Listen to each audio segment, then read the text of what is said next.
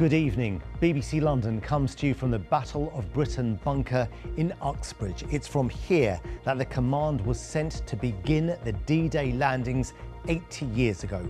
Over 150,000 troops responded by storming the beaches of Normandy, every move being followed in a top-secret bunker 60 feet below where I'm standing now. And messages from here were sent to Prime Minister Winston Churchill. On the programme tonight, a gun salute on board HMS Belfast, the warship that played such a pivotal role on this day in 1944.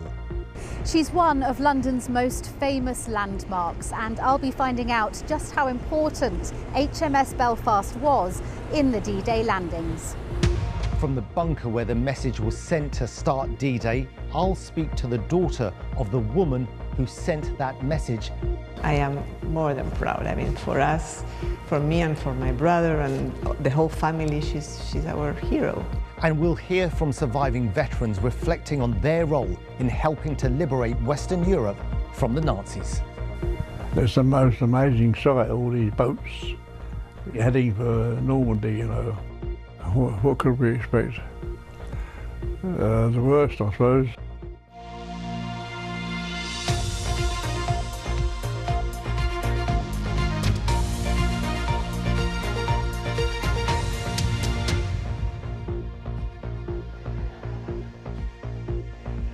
Very good evening. Welcome to former RAF Uxbridge, which is now the Battle of Britain bunker. It's from here that the command was sent to Allied forces to begin the D-Day invasion. That was back on the 6th of June 1944, when thousands of British, American, Canadian and troops from other countries stormed the beaches of Normandy to take control back from the Nazis.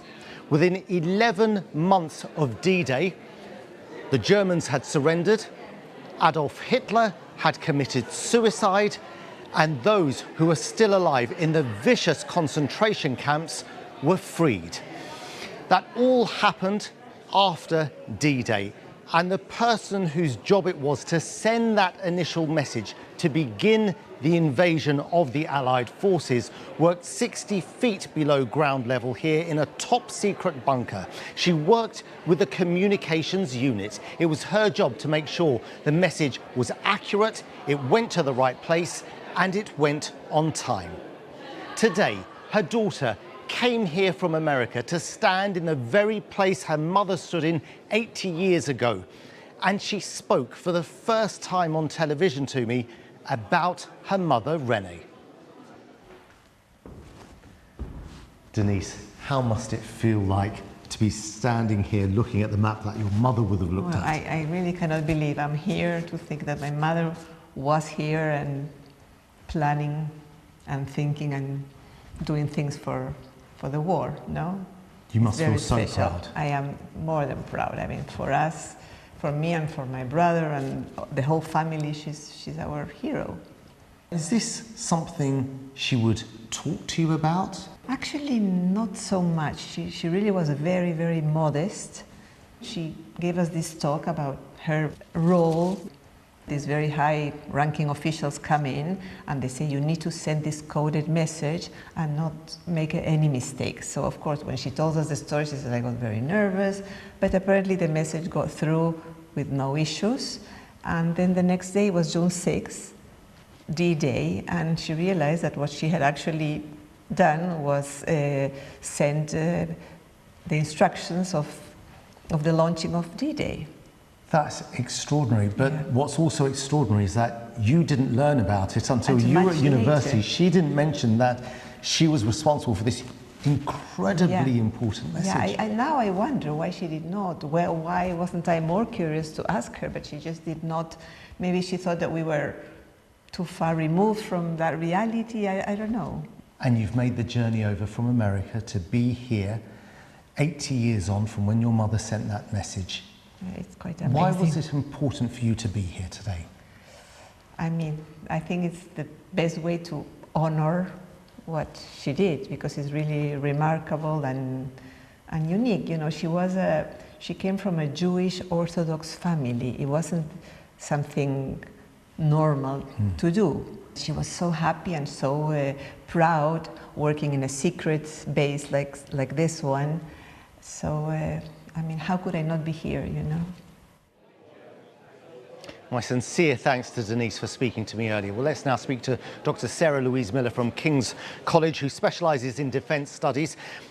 Men were on the landings in Normandy, but women played an important role back here to make sure things all went according to plan. An extremely important role, actually, because you don't pull off a gargantuan operation like D-Day without a significant amount of planning behind the scenes, and that is what's happening in places that are secreted away like this. So massive amount of intelligence on what the enemy is capable of, what it intends to do. Every little piece of information will help those boys on the beaches. And one of the extraordinary things I've learnt in recent days is the amount of planning, which was genius, really, that went into D-Day that some people forget about. But that was a long process. Yeah, it was about 18 months. Some details were being worked out even before that, because obviously this push into occupied territory is what's wanted all along. But about 18 months before the landings, they really start to put the plans together. And all of that information is collected over time, and it's double checked, and they keep checking it. What's changing? What do those beaches look like? What does the enemy have on them that might make it tricky for us? It's so important that that carries on over all that time. And things like the decoys they used, like inflatable tanks. Yeah, tell us about that. It's the stuff of a James Bond movie, isn't it? But you've got these inflatable tanks, things that make it look like we've got more than what we have, and that it's somewhere other than they think it's going to be. So we're trying to convince the Germans that this is going to happen in a different location than Normandy, in the Calais region, and we use things like inflatable tanks, dummies dropped from aircraft to look like paratroopers, and they're actually made of Hessian sacks that are weighted down, all sorts. All sorts of things. And Dr. Miller, it is important also to understand that D-Day wasn't the end of the war. This was the beginning of a campaign which lasted months and many times was very bloody, wasn't it? Absolutely. It is very much the start of something. So it's really tempting to look at D-Day and think, this is it. It goes on for months after that, and people will continue to lose their lives with that gruesome push back into occupied territory. It takes a long time. It's a lot of land to cover. And it's important for us to remember that. Dr. Miller, thank you so much for your time this evening. Now, wherever you look in London, there are reminders, if you look hard, of D-Day. But one of the places you don't actually have to look that hard is the HMS Belfast, moored, of course, near Tower Bridge. It played a crucial role on that day 80 years ago. Wendy Hurrell has been there for us today. Let's hear from her now. Wendy.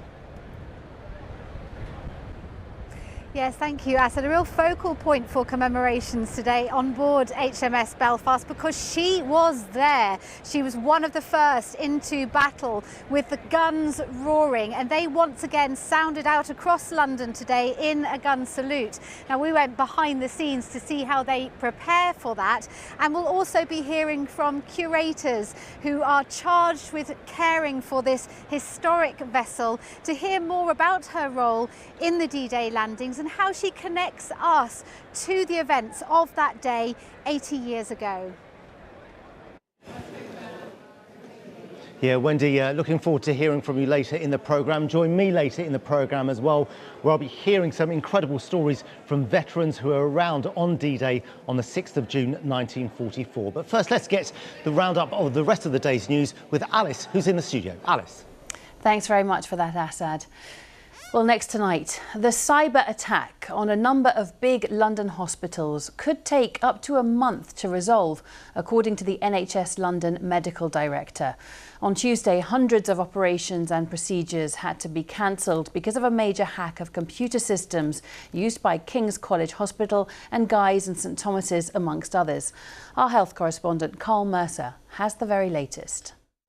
Seemingly without a care in the world, but Amelie and her mum Emma are more victims of the cyber attack on South London's hospitals and their ability to do blood tests. 3-year-old Amelie is a kidney patient recently on dialysis. She went in for blood tests on Monday, but on Tuesday her mum was texted to say the results may never come back. Just hearing that they couldn't do blood tests or transfusions, it was just quite terrifying because, I mean, Amelie's a renal patient, so she has renal failure. And kidney failure, yeah. So they've, you know, those blood tests are what have enabled them to keep her safe all this time. You know, she's got to the age of 3 and she's only recently gone on dialysis, which is incredible in itself. And the only way they've been able to do that is by looking at her blood test results every week. She's scathing about those behind the attack. Very, very, very angry. They cannot realise that they are directly threatening these amazing kids in that hospital. The cyber attack has affected pathology services, things like blood tests and blood transfusions, across all of these major South London hospitals and dozens of GP clinics across the area. Today it emerged it could be up to a month before the problem is fixed. I think this will take a matter of weeks to sort out comprehensively to make sure we've patched up the system so it's not vulnerable to the attack that we've been vulnerable to. So it'll be a matter of weeks. I hope as few as possible, but it won't be measured just in days or hours. The hospitals involved are having to use paper to deliver test results, not computers. It means the system's slower and urgent cases are getting priority. But many procedures are being postponed. Things like kidney transplants are being done by other London hospitals. All our efforts are to make sure that services are as safe as possible. Safety is a relative term, not an absolute term. So, nothing is absolutely safe all the time, but we are very confident that things are as safe as they can possibly be under the circumstances. They were safer a week ago than they are today. It's now down to the cyber experts to help reassure patients like Amelie and her mum. Carl Mercer, BBC London. Let's take a look at some of the day's other news stories now. An inquest has heard that the killer of Zara Alina painted a false narrative of his alleged violent behaviour in prison to a newly qualified probation officer. Jordan McSweeney killed Zara just 9 days after getting out of jail. Probation officer Austin Uwefo told East London Coroner's Court he should have made more attempts to chase up records, which included allegations of drug taking and attacks on prison staff. The head of Scotland Yard, Sir Mark Rowley, has warned the Met's heading for its lowest staffing levels in a decade and that he'll have to slow down his plans for reform. The Home Office says this year the Met will receive up to £125 million more than last year. And a man's been found guilty of headbutting former Manchester United midfielder Roy Keane at the Emirates Stadium last September. Scott Law from Essex, seen on the right in what appears to be the aftermath, attacked the football pundit after Arsenal's 3-1 victory over Mr Keane's former club. OK, back to the story of the day now, the commemoration of the 80th anniversary of the D-Day landings. Assad has been in a World War II bunker in Hillingdon for us today, and we'll be returning to him in just a minute. But first, to Wendy Hurrell aboard HMS Belfast. Wendy. Yes, that's right, Alice, and it never fails to amaze me how atmospheric it is aboard this ship. This is not just a very famous landmark in the heart of London. It's somewhere we can come and visit and feel a little bit of what went on 80 years ago today. And at 1 o'clock today, those mighty guns that were resounding around D-Day landings once again sounded out across London.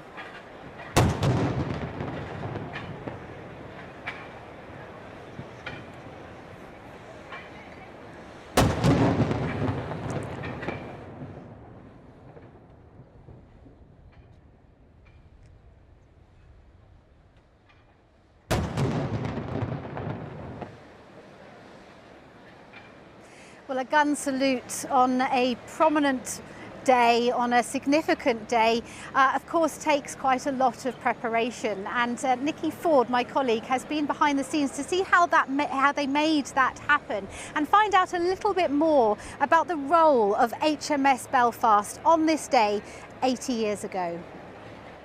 HMS Belfast, one of London's best known landmarks, now permanently docked on the River Thames. 80 years ago, it took its place off the Normandy coast, ready for its part in the D-Day landings. It was Belfast that signalled it was time to begin the bombardment. It opened fire at 5:27, and after it did, all the ships around it then continued to open fire as well. It was given one specific target: to attack and neutralise the enemy's guns that were trained on the beaches. The crew on board would have had to have held their nerve. You'd have been down in a ship, you can't see where you are, you're 4 decks down, you're under the waterline, and you can feel the force of these guns every time they fire. And if you do the broadside, the whole ship shakes. Their target, a gun battery at La Marie-Fontaine, was successfully captured by British troops several hours later. HMS Belfast went on to spend 5 weeks off the shore of Normandy, helping with operations. The secret to its success are its guns. 12 in total are on board. This is one of the 12 6-inch guns. Up in the gun turret, ahead of the D-Day commemorations, Andy has been getting them ready. These are the guns that were on the ship for most of its life. We'll be loading the guns up, firing them electronically and simulating the gun firings as it was used in Normandy. In action, the guns would have used shells like this, passed up through a hoist along with the explosive cordite. That would have sent the shell flying for 14.5 miles. Nowadays, they use pyrotechnics. What we're going to do is open up the breech, place the pyrotechnics inside it, and then connect up the wiring, very carefully close the breech on it, and connect up to a control box. Terry has designed the pyrotechnics to look like flames coming out of the barrel. The only thing left to do is check those barrels are clear. The only thing that could go wrong is any forms of obstruction that's allowed into the barrel at the moment, you know, between now and us firing. But this will be constantly checked, as I'll do now, you know, just to make sure there isn't a pigeon got into there or something like this. For Londoners watching on, it's hoped they'll understand a little more of HMS Belfast's role in the conflict. Belfast itself is a D-Day veteran. We see the plucky old guys who've gone across the Channel, aged 100 and so forth, but Belfast is one of them. Belfast was there in the same way that they were there. Nikki Ford, BBC London. Well, with me now is James Taylor, Principal Curator of Imperial War Museums. Thank you so much. I knew I'd forget that bit. This is such a prominent part of history, sitting here on the River Thames, isn't it? And it is a really tangible way that links us to what happened 80 years ago. It is. I mean, HMS Belfast took part in the bombardment force on the 6th of June 1944. And so it is a participant in the invasion and a witness to it as well. So, and it is in fact the largest object in Imperial War Museum's collection. We have 33 million items in those collections. And I think what's, you know, when one looks, obviously we know that we're not going to have veterans of D-Day forever, but one thing that we do know is that we will have not only HMS Belfast, but the letters, the diaries, the memoirs, film, photographs, even artworks in our collection that will hold their voices in perpetuity. Yeah, you're right to say that, because, you know, we're looking at this 80-year anniversary. Yes. Fortunately, we are still looking at it in living memory, but we won't have them forever. And as the years go on, this is somewhere people can come to feel how they might have felt. It's very atmospheric, this vessel. It's incredibly atmospheric, and you know, one can walk around, you can see how, I mean, this wasn't just a fighting machine, it was a floating city as well. You've got a 950 strong crew who have to live together, work together, enjoy themselves together, and so there's so many human stories embodied in this ship. Yes, and this is what you do as a curator, and you are a custodian of so many important artefacts, and this is really how best we remember those people, remember them as the sacrifice they made. It is, and it's always those human voices that really count. This is, you know, this is a large piece of metal essentially, but what we want to know about is how people felt and thought when they were on board this ship during the most momentous events in world history. It will continue to connect us through the years, won't it? Absolutely. Thank you so much. Yes. Thank you so much, My James. pleasure. Well, as you heard there, this momentous ship, it really is very atmospheric, right in the heart of London, HMS Belfast, and it will continue to connect us to the past as we go through many more years to come. Assad. Yeah, Wendy, it really is an incredible ship, well worth visiting if there is any Londoner who hasn't visited it already. You know, I read an interesting thing about HMS Belfast while I was researching about D-Day and learning new things about it all the time. Prime Minister of the day, Sir Winston Churchill, he wanted to go and watch the D-Day landings for himself, standing on HMS Belfast, which we know played such a crucial role. Everyone tried to talk him out of it, saying it's too dangerous, you shouldn't go. He wasn't having any of it. He was determined to go, determined to stand on the decks of HMS Belfast. The King, King George VI, found out what the Prime Minister wanted to do and said, OK, fine, if you want to go and watch the D-Day landings, I'm coming as well. I'm going to stand there next to you on HMS Belfast. Winston Churchill couldn't allow the King to go. That's the only reason why he stepped down. Extraordinary times, extraordinary people. None more extraordinary than the people who served in the armed forces and stormed the beaches of Normandy. Well, we've been hearing from some of the survivors of D-Day back in 1944, and this report begins with a very famous extract from a speech by General Eisenhower.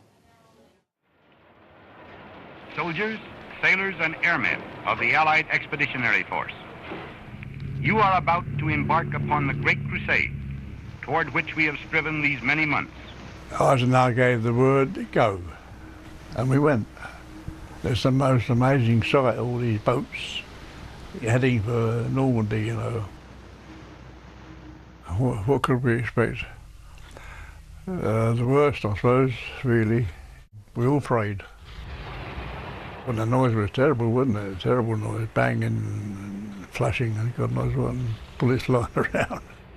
Just a mass of soldiers running everywhere, really. Some calling for their mates, some you see some of them go down. You know, you see your mates die. I went in the Navy at 16 years of age, went into D-Day and unloaded ammunition, etc. We arrived on the scene, there was ships everywhere, the Germans was firing, our guns was firing, men climbing over the side of the ships down on the rope ladders. Some was getting off thinking the water was shallow, but in some places it wasn't. Because they went into the water down. On D-Day, I was operating a VHF radio, so I heard everything. I lifted my receiver, passed whatever message I had to pass, and when the recipient lifted his lever, I was totally bemused because the sounds I heard were of rapid machine gun fire, cannon, men shouting orders. I was in the Royal Navy. I was always afraid of my crew members seeing me being afraid. I really think sometimes men are more brave because they're more afraid of letting themselves down in front of their mates than anything else. The people out there are so grateful. You feel like one of them when you go out there and you want to be with them again. I shall go to Normandy if it's the last thing I do. And remember that day when all those young men died. You know, I feel it would be an appropriate tribute to them.